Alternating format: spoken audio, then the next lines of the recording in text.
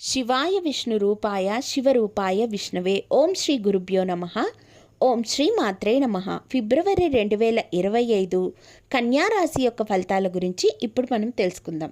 ఈ నెల చాలా లాభదాయకంగా ఉంటుంది. ఈ రాశిలోని వారికి కేతువుతో పాటు 7వ ఇంట్లోని శుక్రుడు ఇంకా రాహు ఉండటం వల్ల వివాహాల్లో కొన్ని సమస్యలు ఏర్పడే అవకాశం కనిపిస్తుంది.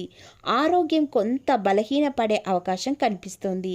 కెరీర్, వృత్తిపరంగా ఈ నెల సగటుగా ఉంటుందని అంచనా వేయబడింది. ప్రభుత్వం కోసం పనిచేసే వారికి ఇది మంచి సమయంగా సూర్యుడు మరియు బుధుడు మీ 5వ ఇంట్లో ఉండటం వల్ల ఈ నెల ప్రారంభం విద్యార్థులకు చాలా మంచిది. మీ తెలివితేటలను మెరుగుపరిచే బుధ ఆదిత్య యోగాన్ని ఏర్పరచబడుతోంది.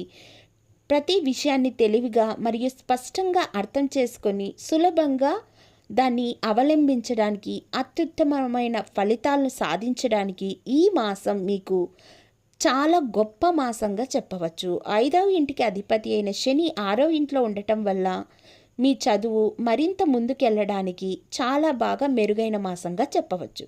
ఈ నెలలో కుటుంబ జీవితంలో కొద్దిపాటి ఒడిదుడుకులు ఉన్నప్పటికీ కొంతవరకు మీకు సానుకూలమైన ఫలితాలు పొందుతారు. 4వ ఇంటికి అధిపతి అయిన బృహస్పతి 9వ ఇంట్లో ఉన్నందువలన మీ అదృష్టాన్ని మెరుగుపరుస్తుంది. కుటుంబ స్థిర చరాస్తులు పెరుగుతాయి. కుటుంబంలో వృద్ధులు మీకు మద్దతులు ఇస్తారు, ఆశీర్వాదాన్ని పొందుతారు. ఈ నెల ప్రారంభంలో మీకు అదృష్టాన్ని తెస్తుంది.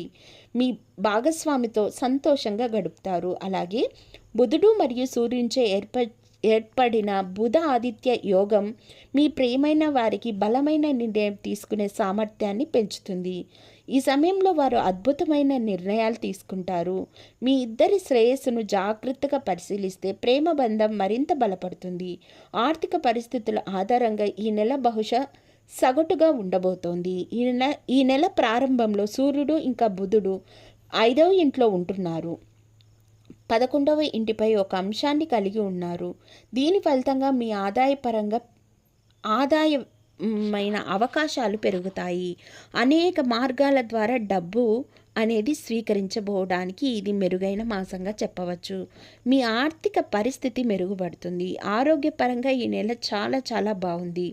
కేతుగ్రహం మీ రాశిలో ఈ నెల మొత్తం ఉంటున్నాడు. అలాగే రాహు మరియు శుక్రుడు 7వ ఇంట్లో ఉంటున్నందువలన అనారోగ్య సమస్యలు తీవ్రం చేసేందుకు చూపుతున్నాయి. కాబట్టి అనారోగ్య సమస్యలు తగ్గించుకునేందుకు, మీకున్న సమస్యలు తగ్గించుకునేందుకు ఆలోచించి దానికి తగ్గ వైద్యం చేయించుకుంటే సరిపోతుంది.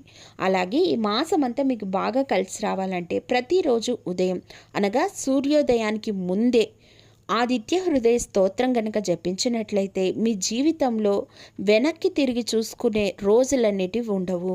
ముందుకెళ్ళి చాలా గొప్ప గొప్ప అవకాశాలను పొందే మాసంగా ఈ మాసం మీ జీవితంలో నిలిచిపోబోతోంది. ధన్యవాదములు.